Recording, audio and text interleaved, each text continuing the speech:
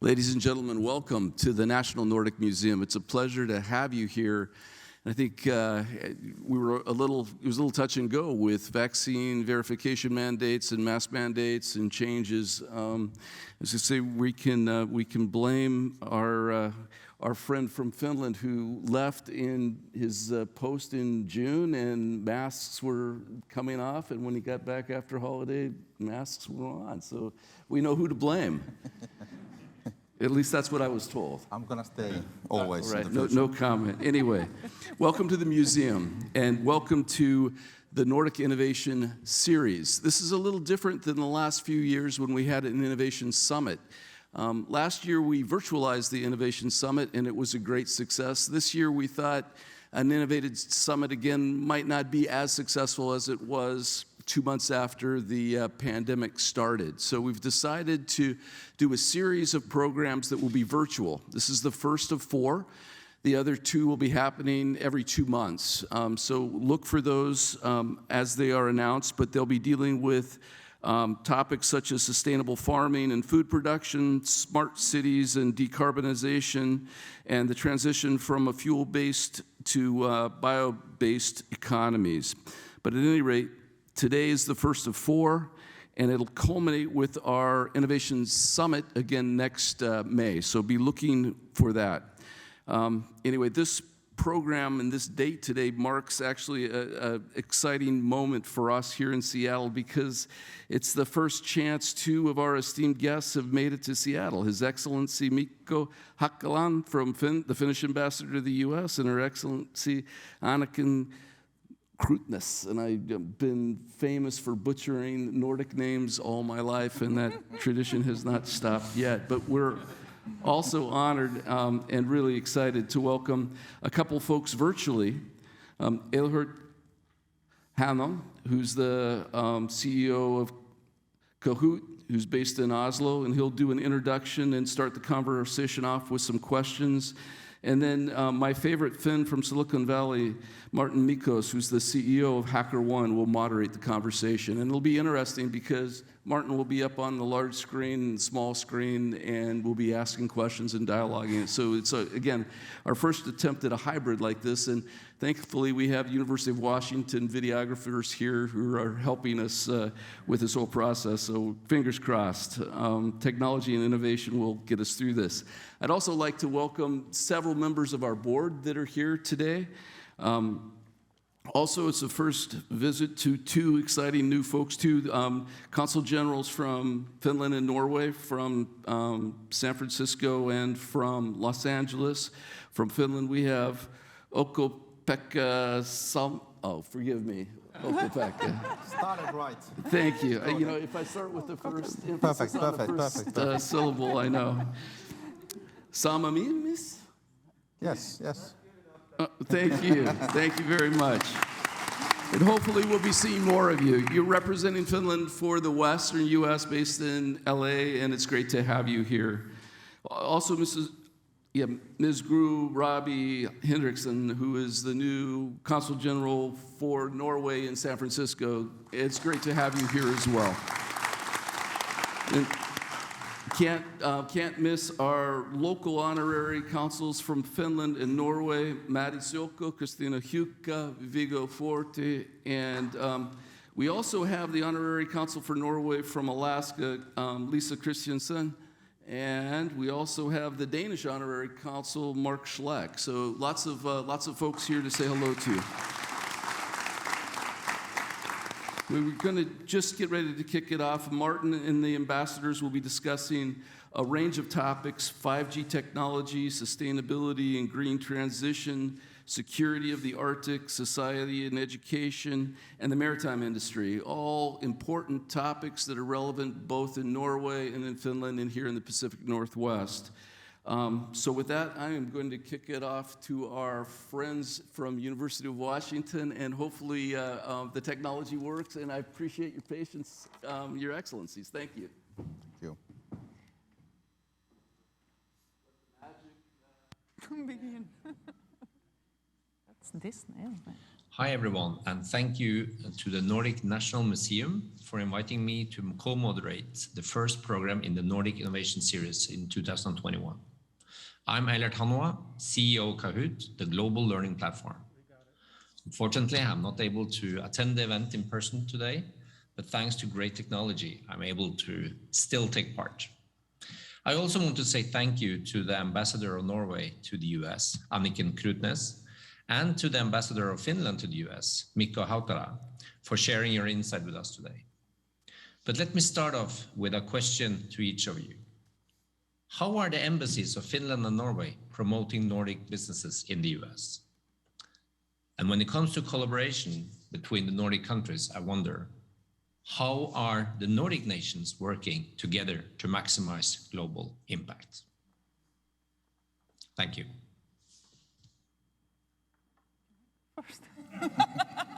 We're so polite, both of us. First, start of cooperation, we divide who's going to speak first. So thanks for the question, and still for Eric, thanks for the invitation, and thanks for the coffee, because Finns drink more coffee than any other nation on earth. So I couldn't start without coffee, so I'm grateful for that. On the business promotion, I am here on a mission to promote Finnish businesses in this region in Washington State. So we do it by creating channels and platforms for cooperation. And we just came back from the 5G farm, which is a place where we would like, for example, to see Finnish startups and Finnish companies to be part of that project, to help the region to develop. Is it Nokia? Still the old tone? No. So we are organizing business to travel. We are also trying to influence the regulation.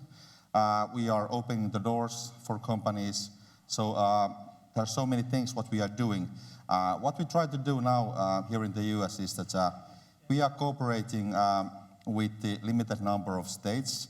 We have actually selected 6 states to be kind of a priority partners for Finland, and Washington State is one of them.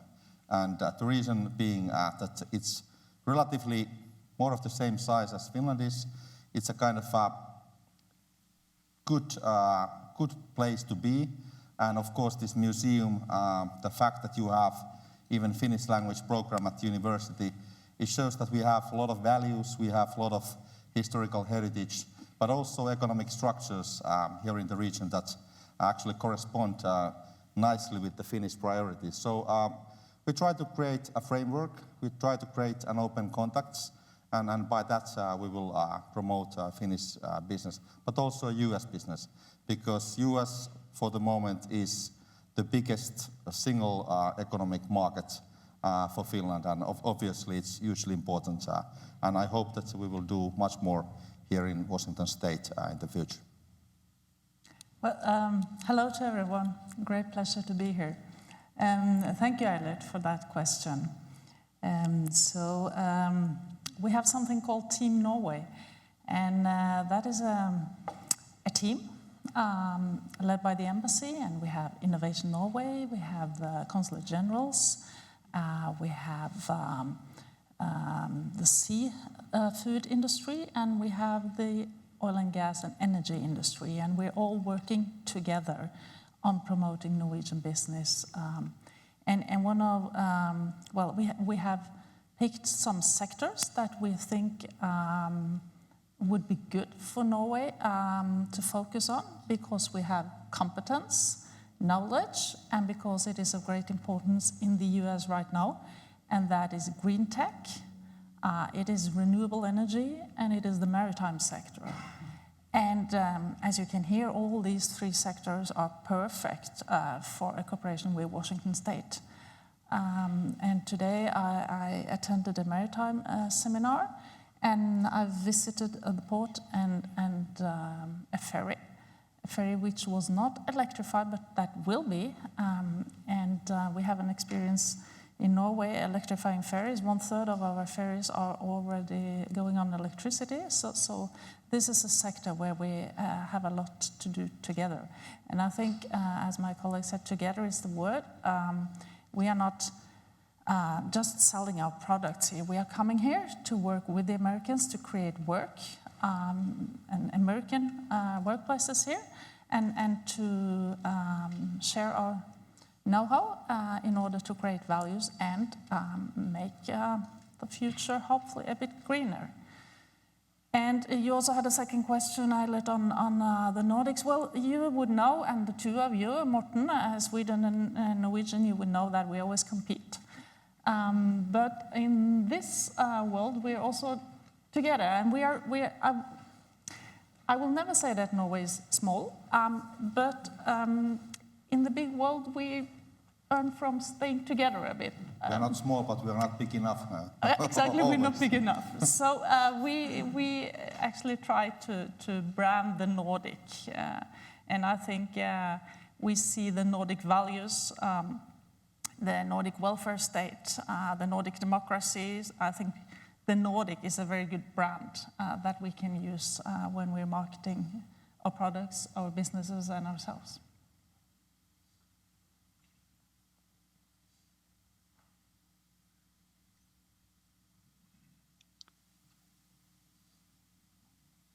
Thank you, Your Excellencies, Ambassador Krutnes and Ambassador Hautala. Let's now move over to the interactive part here.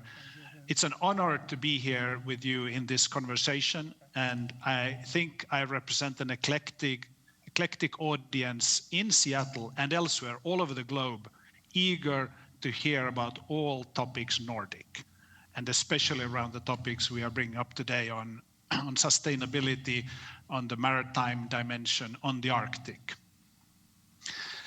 So a topic on everyone's mind is, of course, national security and the Arctic. So let's start there. Let's start with a really meaty topic.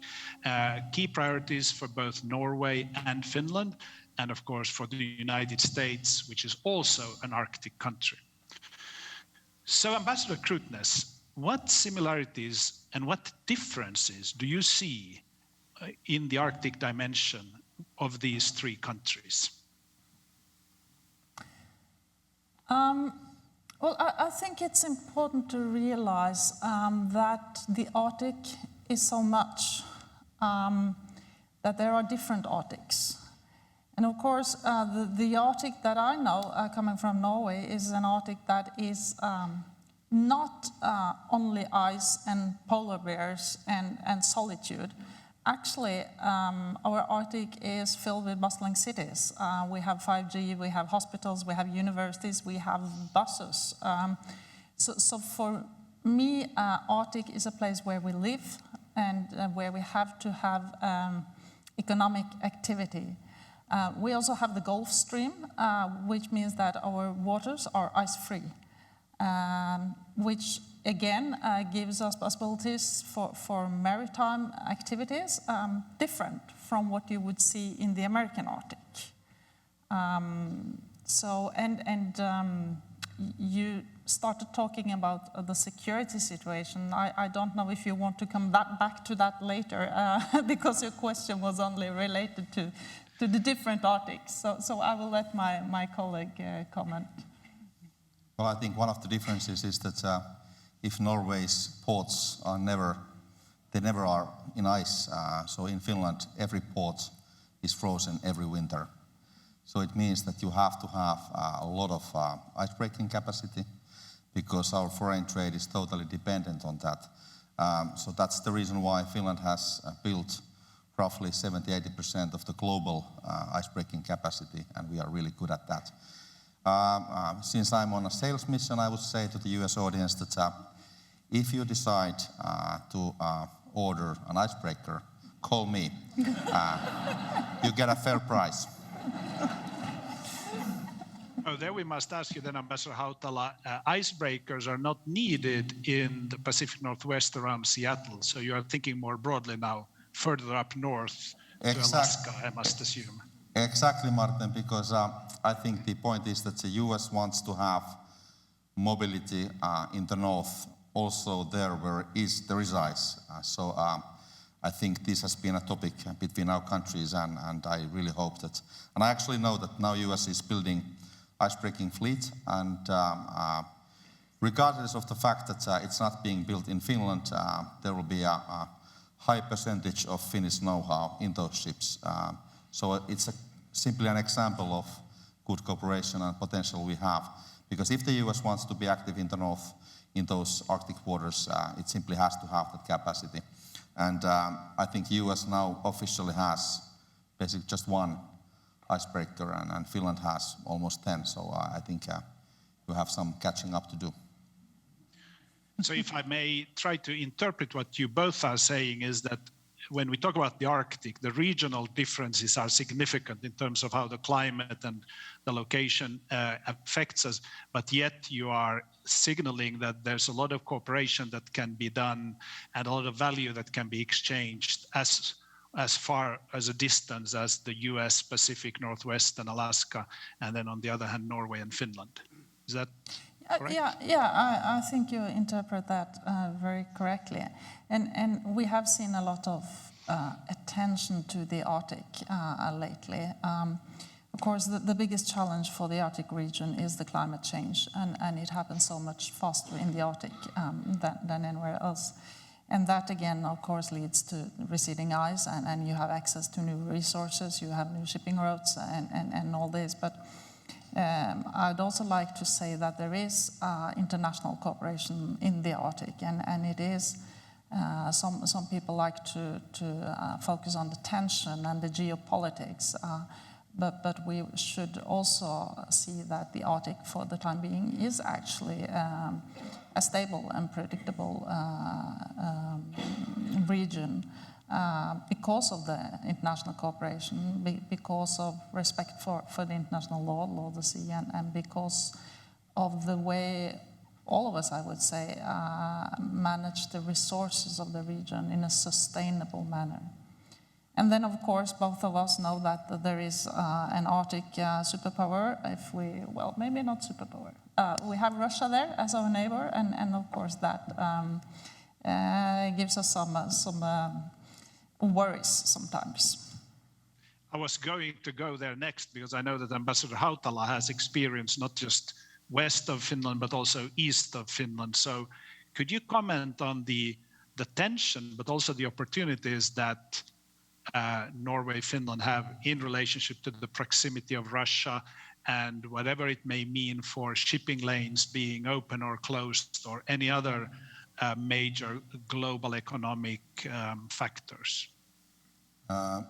First of all, I would still continue on what Anniken said about the climate change. So the latest data tells us that the ice melts 3 times as fast in the north as it does elsewhere. So the Arctic is the kind of hotspot of global change, climate change. But the reason is not what the people do in the Arctic areas. It's because of the global emissions. So even if we conserve every possible economic activity in the north, it doesn't help to prevent that climate change from happening. So I think it's important to realize that. Then on the Russian side, I served as a Finnish ambassador to Moscow before I came to the US. I think for us, for Finland, and I take it's more or less the same for Norway, we have a lot of practical cooperation with Russia because we can't sail away from where we live.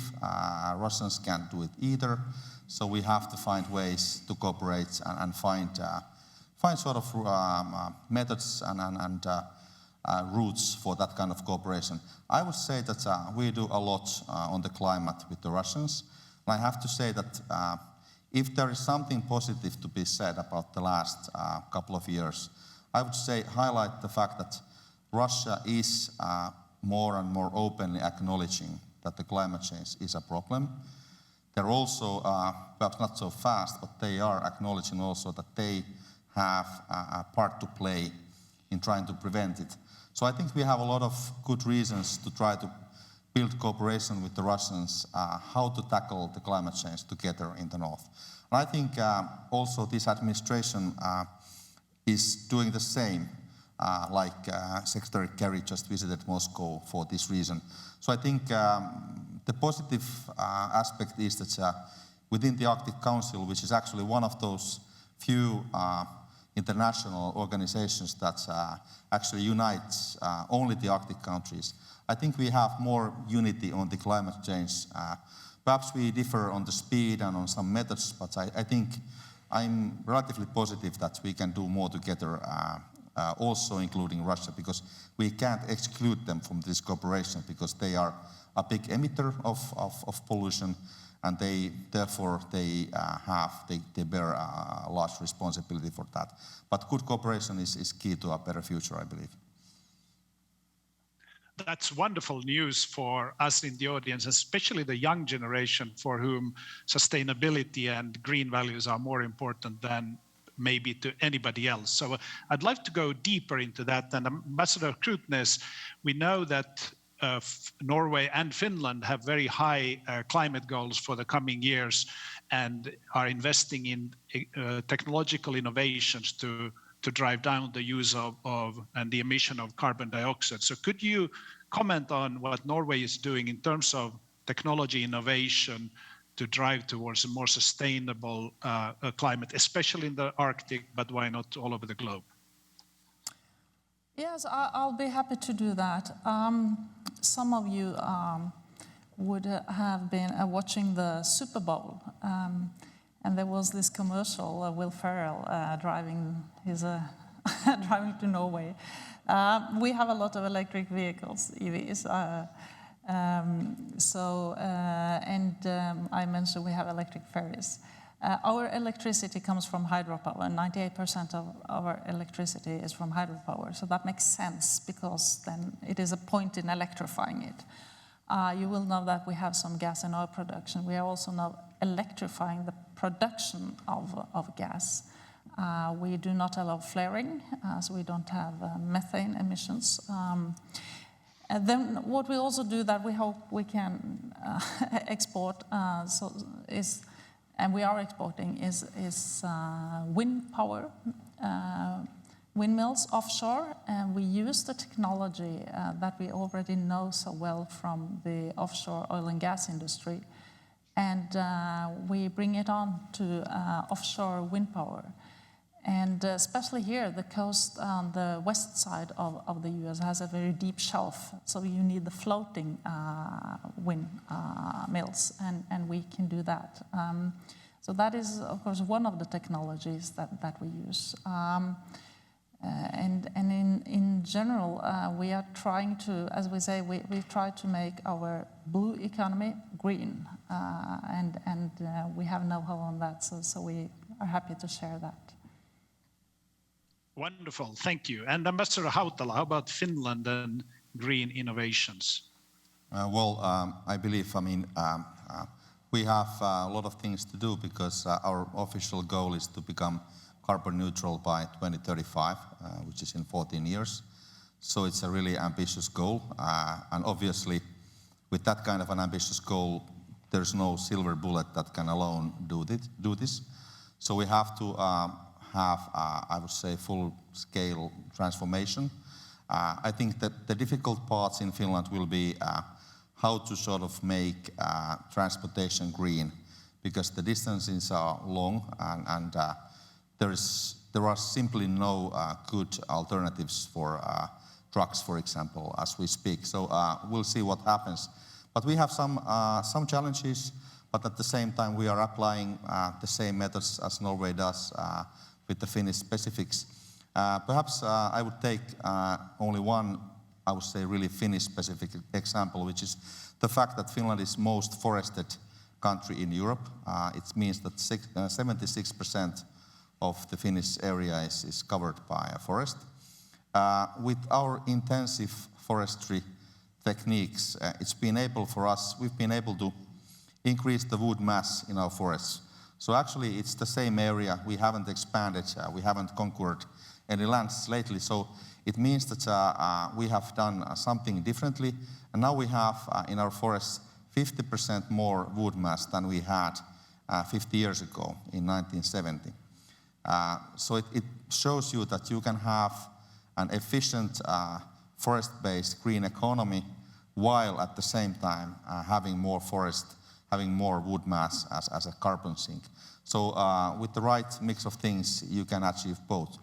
Then from this biomass, what you can produce, I think the latest trend is that you can actually produce basically anything from biomass, from wood mass, and you can replace also anything you make from plastic, from oil to plastic, and plastic pollution is a big problem. What we are now trying also to achieve here in the US is to increase the usage of renewable packaging, so packaging materials without any plastic in it, which means that it's of course ecologically much better option. And you can also make fibers, make clothes out of wood. So I think when this trend takes over, we will also, it can be also applicable elsewhere, and this is what we try to do. And definitely US is a big potential market for all of this. Mårten, I'd like to just add one thing that I forgot simply, and I should have remembered that being here, because we have a project called Longship, which is, of course, the Long Viking ship. And that's the biggest climate effort of the Norwegian government ever, the money they put into this. And that is carbon capture and storage, and the carbon is captured from a cement factory. And then it is piped and stored in the continental shelf. So this is a huge project where different energy companies are also involved. And even Microsoft is involved. I just visited Microsoft and we talk about the Northern Light project, which is a part of this huge Longship project. So the construction industry is also one of the huge emitters of CO2. So if we can do something successful on that on a world scale, that would actually mean something. Those are wonderful innovations. Now I'll throw a challenge back to both of you. We sometimes speak about the Nordic countries as being small, and then we say that everything in America is bigger. So is there any risk here that the innovations from the Nordics won't scale to what is needed in the United States and in the Pacific Northwest because the scale is so different? Or do you have evidence and indications that what has been innovated truly can be used at any global scale? I would even say the other way around. If we're able to do it with the small scale we have and find a business case for that small scale, it would be even better on a large scale. I think the scaling up happens perhaps differently here in the huge markets, and you have all differences between the states, so I think you have more perhaps hurdles for that, but I think, like Anniken, that it's basically the same logic. And this is also the reason why we are here, and we're trying to achieve cooperation on single objects and in single projects, and then hopefully when they become successful, as I'm convinced they will, that will be then, because if those projects that we try to achieve become more profitable, more sustainable, then I think it's basically those who are left behind, they have to adapt, because otherwise they'll become simply, their economy, their business case becomes non-sustainable. Thank you. There was, in the beginning, Ambassador Krutnes mentioned the Arctic as not just a remote region of vast challenges and opportunities, but a place where society thrives. And in Norway and Finland, there are universities, there's business, there's innovation, the power grid is the same, internet has the same bandwidth and low latency anywhere in the country. So could you talk about this phenomenon of making the Arctic truly an equal part of everything else in the country, and not just making it a remote, obscure part, but making sure that innovations go there, and even more so, innovations are made there and then delivered to all over the world? Like how has Norway succeeded so well with their research and innovation in the far north, and same about Finland? Well, there is, of course, this is all about politics, and there is a will and to make that happen.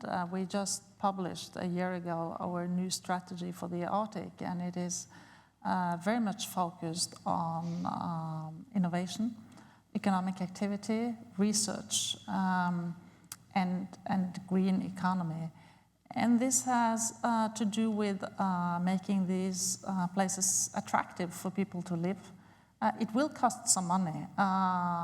You need maybe to subsidize that region, but actually not so much that you might think, because after a while these become thriving, dynamic cities. We see that unemployment rate is lower in the north than the average of the country. We see that the production, the GDP, is higher in the north than the average of the country.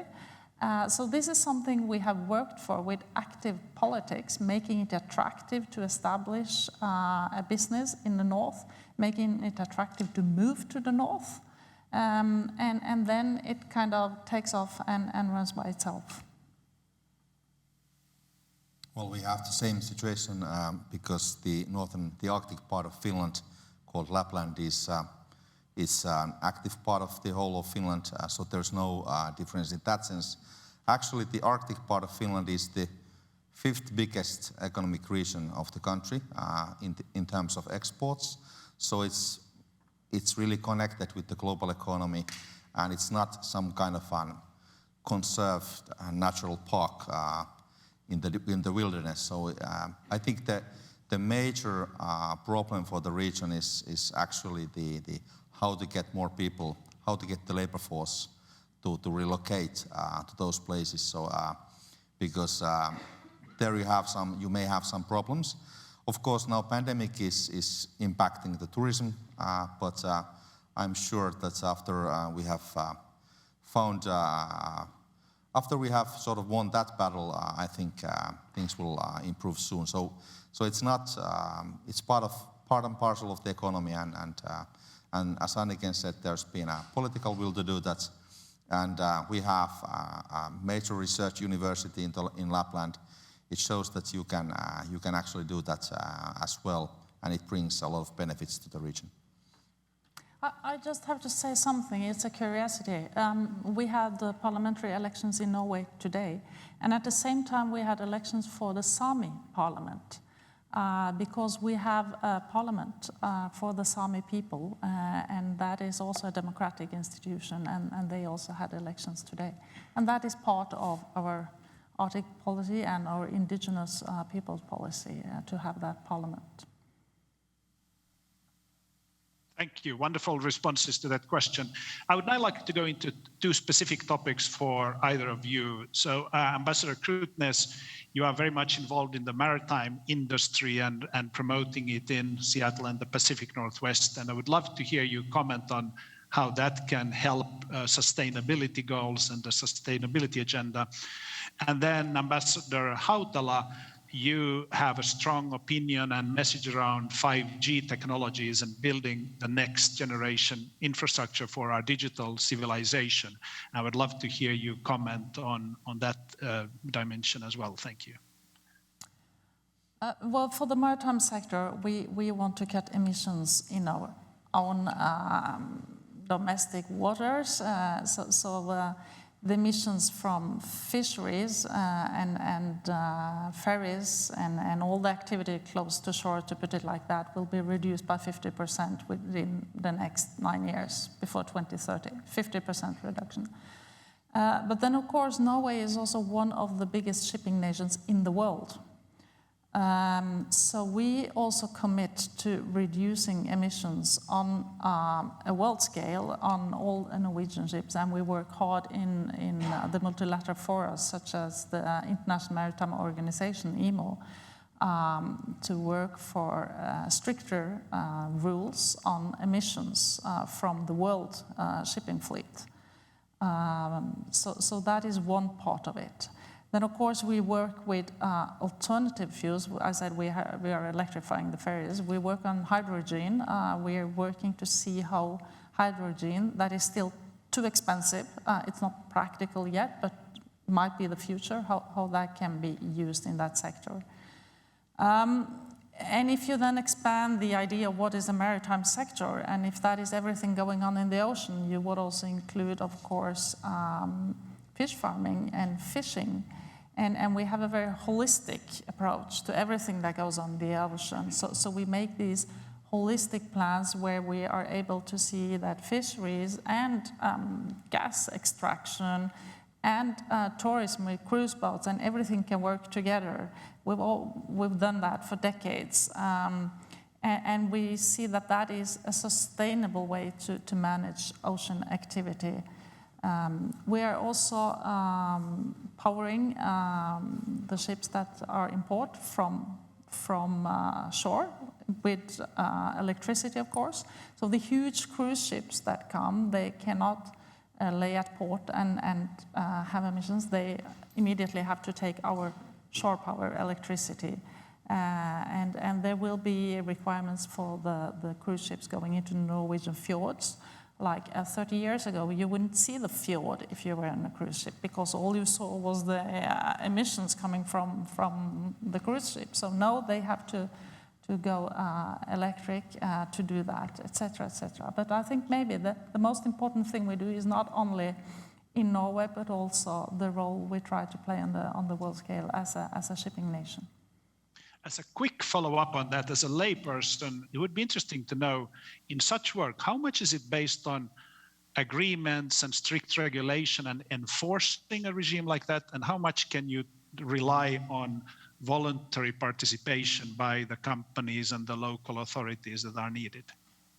No, as all industries, shipping industry is a commercial industry, and they need to earn money, and they need a level playing field.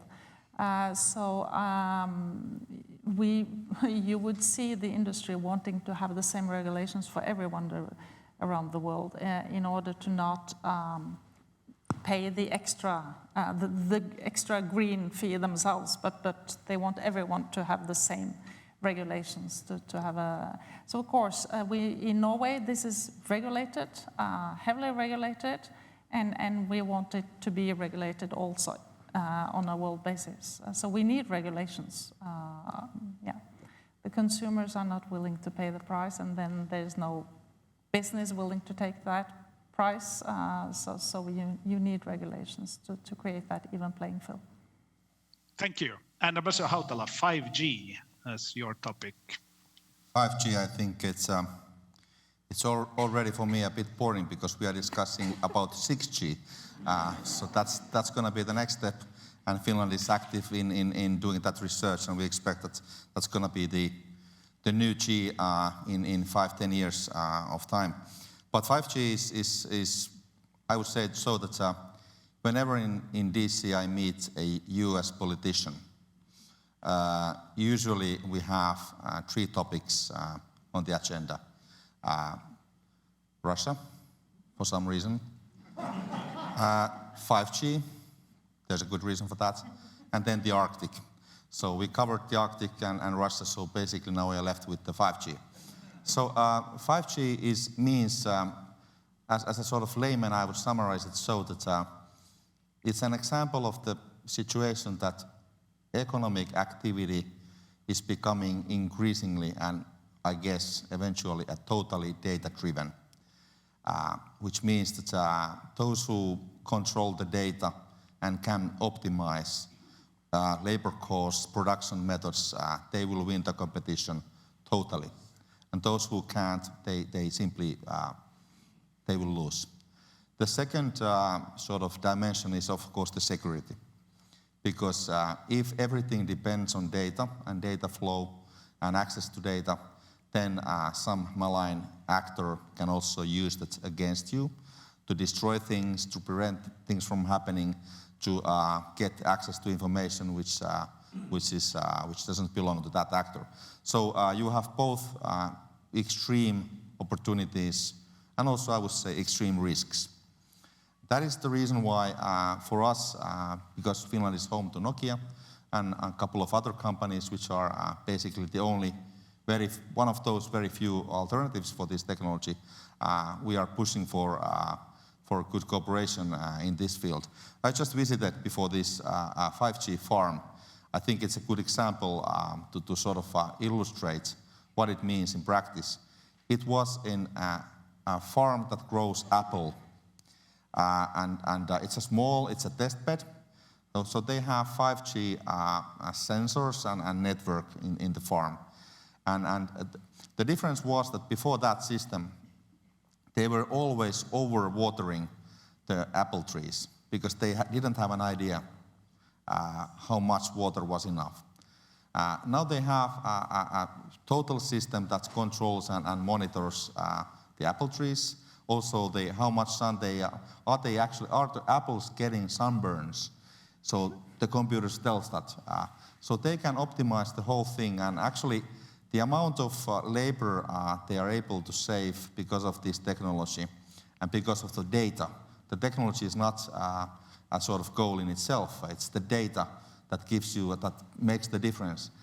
So it's easy to conclude that if you then multiply this technology for example, apple farm of thousands of acres, it basically it's a life and death issue for a commercial company to have this technology because it helps you to optimize your production so much that you will simply outcompete everybody who doesn't have that.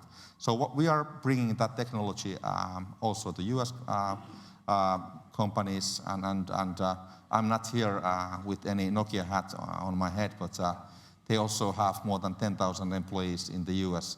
So it's I think one of the sort of cornerstones of Finnish-US economic cooperation. And as I said, every discussion in DC we have 5G included, so I'm not surprised to discuss it here either. Thank you, ambassadors. We are now getting ready for Q&A, but I have my most important question remaining, which you will need to answer very quickly. And it is, as ambassadors, when you go all around the world and represent your home countries, what is the one native dish that you will never give up? Some food from your home country that you must always have with you wherever you are.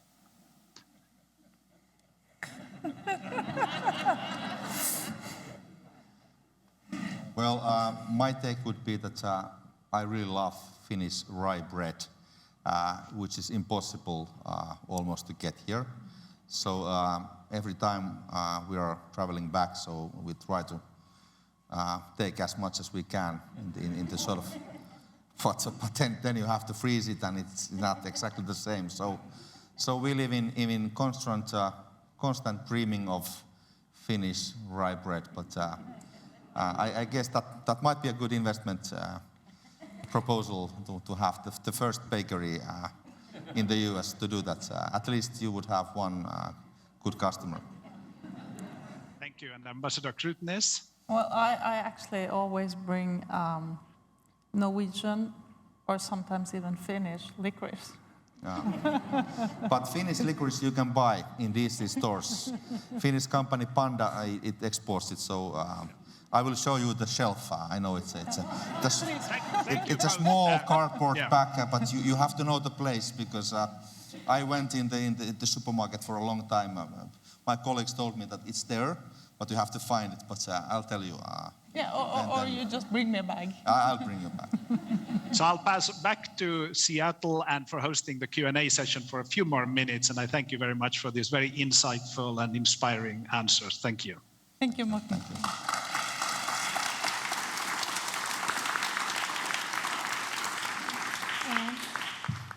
And we ask if you have a question that you line up here and ask the question in the microphone. Thank you.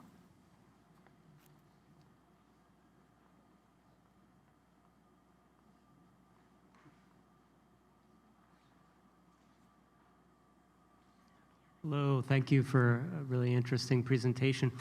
This is a question for Ambassador Krutnes. I'm curious about in Norway, if right now, if there's a lot of political discussion around the oil industry and around in terms of climate change, and in terms of Norway's extraction of oil, is there a movement to stop the oil industry, or is that sort of part of the current debate and the current parliamentary elections? Thank you for that question. Well, there is a discussion about the extractive industries, the oil and the gas. There is not a question to stop it. The question is, should we continue looking for new fields? The biggest parties, the two big parties, both think that we shall continue exploring. The reasoning is that even though we are actively trying to find renewable energy, and the technology change actually helps us having more and more renewable, we believe that we will still need some fossil fuel in the energy mix of the world the next decades. We don't know how long, and it will probably be shorter than we think. But at least the next 2-3 decades, the world will need some fossil fuel. And our production of oil is going down, our production of gas, natural gas, is going up, and we believe that natural gas produced in Norway, we're even electrifying the production. As I said, we don't do any flaring. That will be better for the emissions of the world than new coal plants. The discussion is there. Of course, the discussion also of extraction in the Arctic, and we say that we don't actually see this line on the map, the Arctic Circle, as any criteria for where you should do exploring. You have to look at other criteria, such as the environment, the climatic situation, where you are. Can you do it safely, environmentally friendly, etc., etc.? And we had a huge discussion on whether we should do it around the Lofoten Island, and also because that's a sensitive area environmentally, and also the ice front. And there has been a decision not to do any of those. So we use like other kinds of criteria to see where we can explore than just the line on the map. So the ice front has been our criteria. We do not explore close to where the ice is. So there is a debate, but it's not to stop it, but it's rather the speed on, and this is very technical, but the tax rules are changed so that it is less attractive to go and look for more oil and gas. So that just happened recently. So there is a change. Yeah. Thank you. Hi there. Can you hear me? My name is Kellen. I apologize if this subject was already covered because I arrived a little bit late driving here from school. But a question for both the ambassadors is a concern I've seen from many in the diplomatic community recently is over the ability to trust the long-term international commitments made by the United States because of the possibility that a new one in the near future, might overturn those commitments. So I'm wondering, in what ways would you like to see the United States solidify its commitment to those long-term agreements in an ideal world, and in what ways do you think in the real world the United States will actually try and solidify those commitments? That was for him, because I just answered the other one.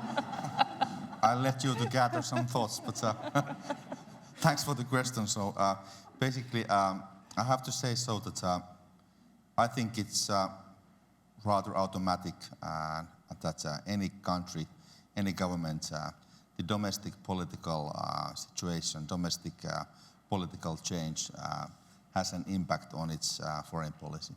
So if it happens in the U.S., I think it's something that happens in all countries. So there's nothing to be sort of surprised over that.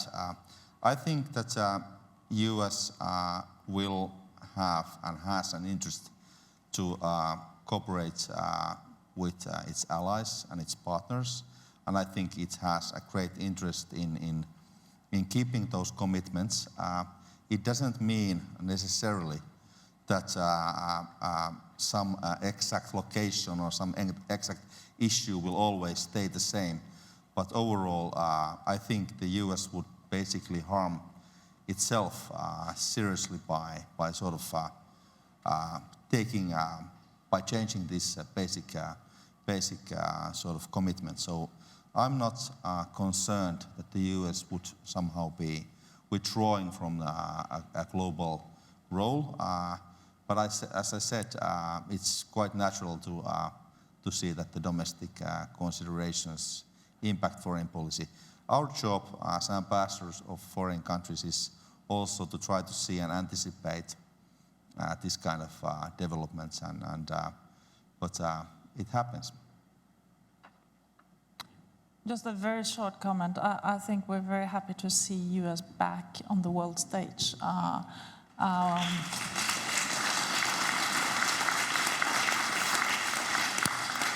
I'll leave it at that.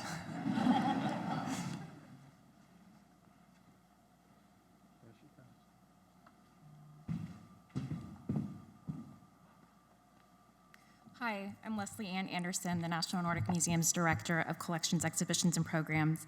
And on behalf of the museum, I wish to thank Ambassador Hautala and Ambassador Krutnes and co-moderators Eilert Hanoa and Mårten Mickos for the stimulating, wide-ranging discussion of such topics as the promotion of Nordic companies in the US, Nordic cooperation, Arctic issues, sustainability, technology, and favorite foods.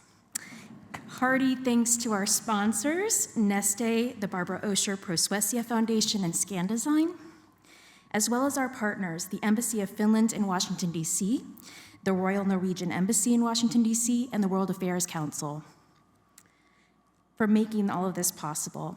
As was previously mentioned, this is the first program in the Nordic Innovation Series, which takes place online and on-site in September and November of 2021, and January and March of 2022, leading up to the Nordic Innovation Summit in May.